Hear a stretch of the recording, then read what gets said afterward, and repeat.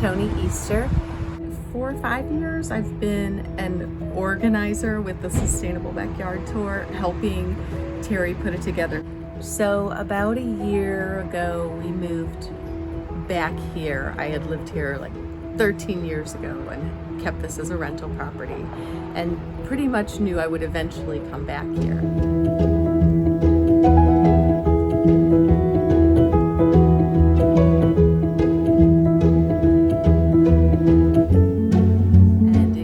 Back here, I wanted to downsize. I wanted to reduce my footprint. I needed to have those green spaces, and I wanted to really concentrate my efforts so that in the minimum amount of space, I was getting the maximum production.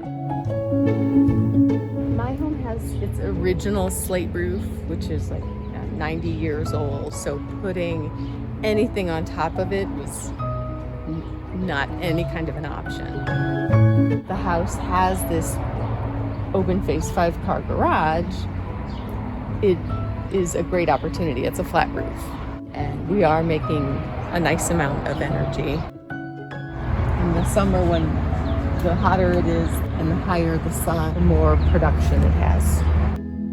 It does produce a lot less energy with the low winter sun. It's my hope that what we produce over the summer will wipe out what we use in the winter. I got this last year for myself for my birthday. They're not cheap, but I had a $100 off coupon and that made me pull the trigger. It's made in the USA, and they make videos showing you how to plant the tower and how to choose your plants, and they have lots of help to get you going. And if you have limited space, if you're forced to be a patio gardener, it's a great opportunity to try some different things.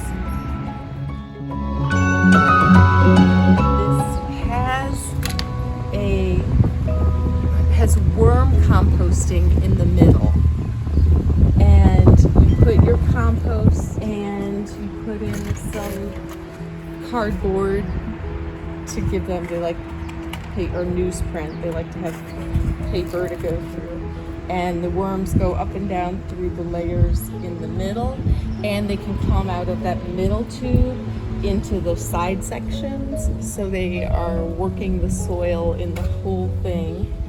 And there's a tray at the bottom that each time you water it, you pull this tray out and you put the water back on.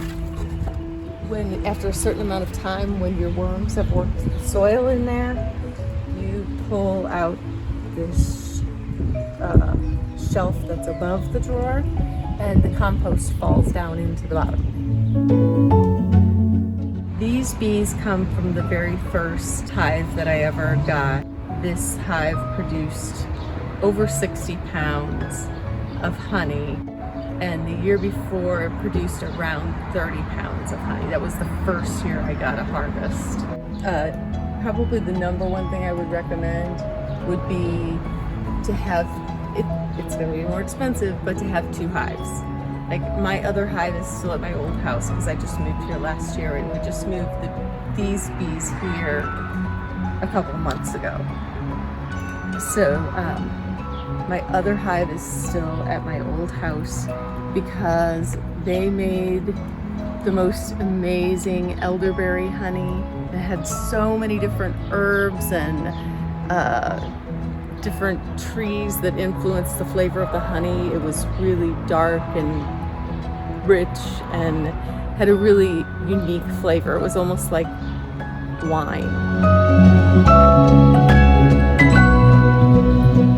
So quail need to be kept in a small space, and all their droppings will fall through the bottom of the cage the way it's designed, and there will be tubs down here, and the droppings will fall into the tubs, and a year later that can be put on our plants for compost.